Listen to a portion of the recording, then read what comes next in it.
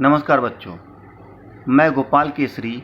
आज मैं आप लोगों को यमक अलंकार के बारे में बताऊंगा। यमक अलंकार क्या होता है, सबसे पहले यह जानना ज़रूरी है। तो जैसा कि आप लोग जानते हैं कि यमक शब्द का अर्थ होता है दो, ठीक है।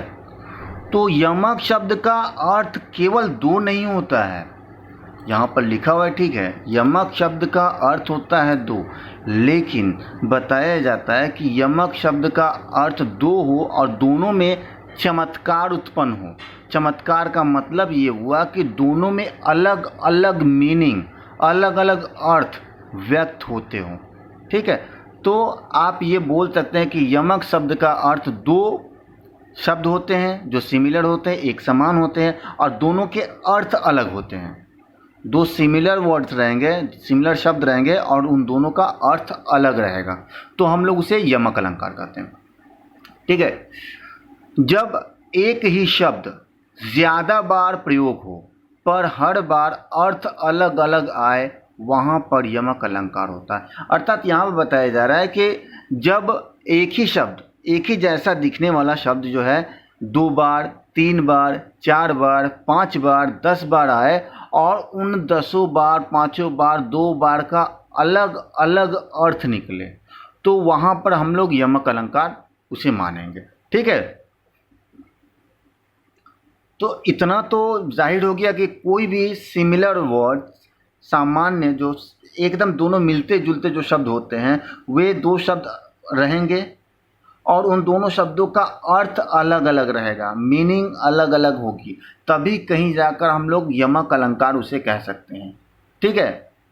और भी बहुत मैं एक उदाहरण के द्वारा आप लोगों को समझाऊंगा। जैसे यहाँ पर उदाहरण दिया गया, कनक कनक ते 100 गुनी, मादकता अधिकाय, या खाए बौराए जग, या पाए बौराए। इसका मतलब देखिए यहाँ पे क्या बताया जाए।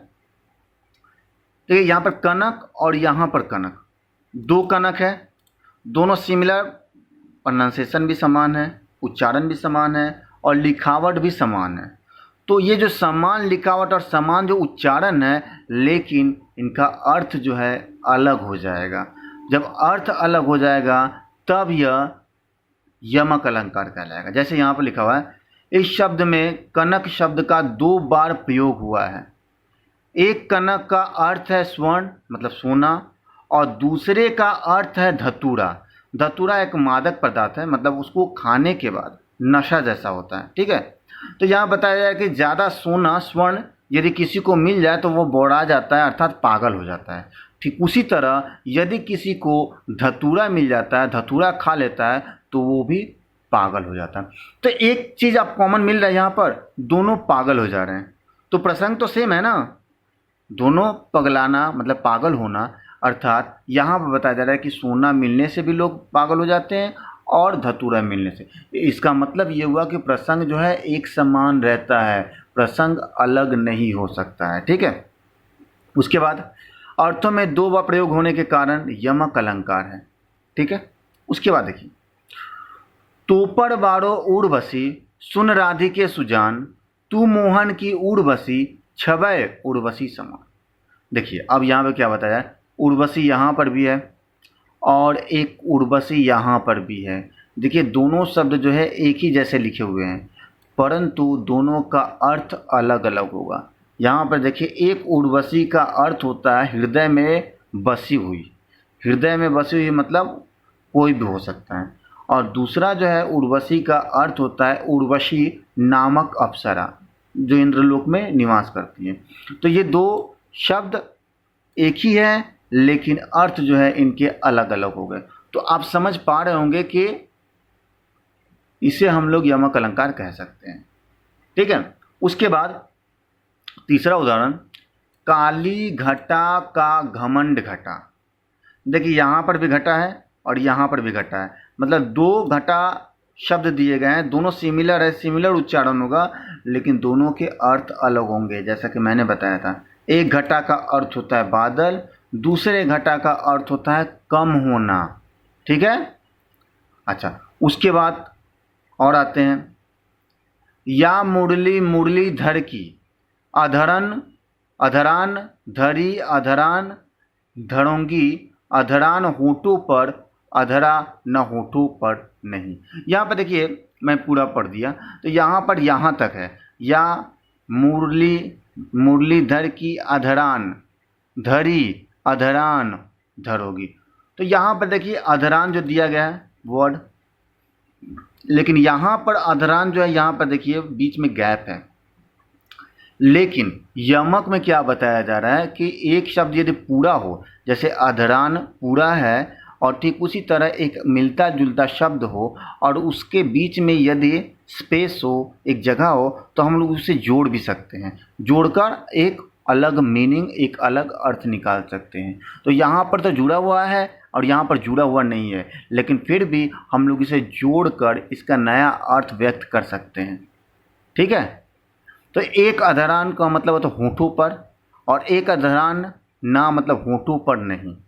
ठीक है, तो यहाँ पर दो चीज़ें हुई, अधरान का मतलब होठों पर और दूसरा अधरान मतलब होठों पर नहीं, ना मतलब नहीं। तो यहाँ पर यदि गैप भी रहेगा तो हम लोग उसे एक ही मानेंगे। ठीक है, और आगे बढ़ रहे हैं हम लोग। बहुत प्रसिद्ध दोहा है, माला फेरत युग फया, फिरा न मन का फेर, कर का मन का डारी दे, मन का फेर। देखिए ये दोहा बहुत सारे लोग अलग ढंग से व्यक्त करते हैं, अलग ढंग से पढ़ते हैं। जैसे माला फेरत युग भया, फिरा न मन का फेर, कर का मन का डारी का, मन का फेर। कुछ भी हो सकता है दोहा में, लेकिन हमें दोहा की ओर ज़्यादा ध्यान देने की ज़रूरत नहीं है, केवल इतना देखने की ज़रूरत है कि यह कौन सा अलंकार है। तो यहाँ पर देखिए पहला क्या, यहाँ पर क्या बताया जा रहा है, मन का मतलब माला का दान और मन का मतलब हृदय का। तो यहाँ पर मन का दो बार आना चाहिए। देखिए ये मन का, ये बीच में स्पेस है, खालीपन है, इसको हम लोग भर देते हैं। क्यों भरते हैं? क्योंकि यहाँ पर भरा हुआ है, तो ये भर दिए और ये भी भर दिए। तो इसका मतलब ये हुआ यहाँ पर मन का एक शब्द आया और एक मन का शब्द यहाँ पर आया। ठीक है, तो ये मन का, हृदय का और एक मन का मतलब होता है माला का दान। तो इसको हम लोग बार बार मैं रिपीट कर रहा हूँ कि यदि स्पेस दिया रहेगा, यदि खाली स्थान दिया रहेगा, तो उसे हम लोग फिलअप कर देते हैं, उसे हम लोग एक समान मानते हैं। तो ये दो शब्द आए हैं और दोनों का अर्थ जो है अलग अलग है, इसीलिए इसमें यमक अलंकार होगा। ठीक है, उसके बाद हम लोग जाते हैं, है कवि बेनी, बेनी बयाल की चुराई लिन्ही। तो यहाँ पर बेनी का आशय, देखिए यहाँ पर दो बेनी, एक बेनी और यहाँ पर दो बेनी। यहाँ पर एक बेनी का आशय कवि का नाम और दूसरे बेनी का अर्थ बाला की चोटी है, अतः यमक अलंकार है। इसका मतलब दोनों बेनी का अर्थ अलग अलग हो जाएगा। यहाँ मैं बार बार बता दूं कि दो शब्द रहेंगे, दोनों का यदि अर्थ ज्ञात नहीं रहेगा तो भी यहाँ पर यदि अर्थ ज्ञात नहीं रहेगा तो उसे थोड़ा सा समझने की कोशिश करने से समझ में आ जाएगा। जैसे है कवि वेनी, देखिए कवि वेनी, कवि जो है वेनी है, बेनी बयाल की चुराई लिन्ही, मतलब उसकी बाला की चोटी को चुरा लिया है। तो थोड़ा सा समझने की कोशिश करेंगे अर्थ को, यह एक अच्छा उपाय है। आप लोग थोड़ा सा भी समझ जाइएगा तो इसे आराम से कर पाइएगा। ठीक है, उसके बाद हम लोग आते हैं, रति रति शोभा सब रति के शरीर की। यहाँ रति का अर्थ है तनिक तनिक, अर्थात साड़ी, और रति का अर्थ कामदेव की पत्नी है, अतः यहाँ यमक अलंकार है। जैसा कि देखिए यहाँ पर रति, यहाँ पर रति, शोभा शोभा सब रति के शरीर के, यहाँ पर दो रति, यहाँ पर एक तीसरा रति। जैसा कि मैंने बताया था कि रति या कोई भी सिमिलर शब्द जो होता है वो दो से ज़्यादा बार आ सकता है। तो यहाँ पर 3 बार आया है।